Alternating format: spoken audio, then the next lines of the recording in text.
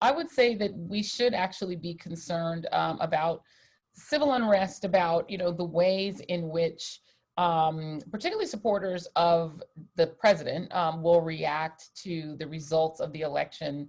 Um, in part because of the way that they've been acting in the lead up to the election. So we know that there have been at least one alleged attempt to run a Biden bus off of the road.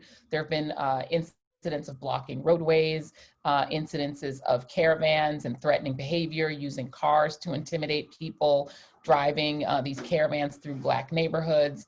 And so there's been some generally intimidating behavior. And I think that that's caused both the FBI and also local authorities in New York and in DC, et cetera, to really start to worry that there could actually be a violent reaction to a Trump loss.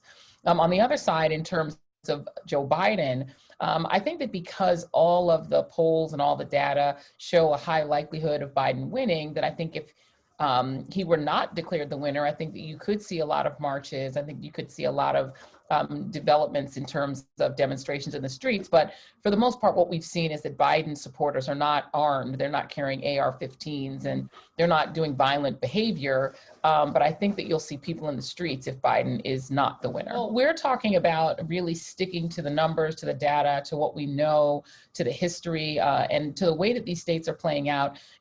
Because, at the end of the day, even in 2016, it's not that the polls were wrong, it's that the national polls were giving a high probability to Hillary Clinton winning, but some of the state polls in places like Michigan, Pennsylvania, and Wisconsin were off. And I just want to know, as a journalist yourself and as a Black woman, what kind of advice would you give to a class full of other Black women, there's 6 of us, as we cover the election for the first time?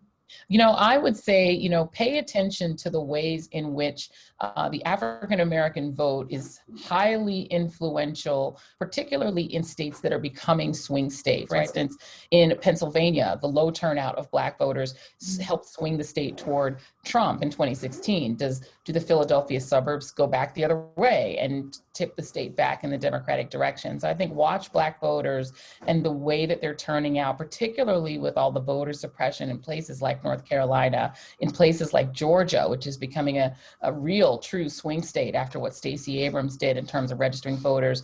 And then I would also pay attention to the way that Latinx voters are also doing the same thing in states like Arizona and in Texas. So I think you watch voters of color and you'll really get a sense of where these elections are going.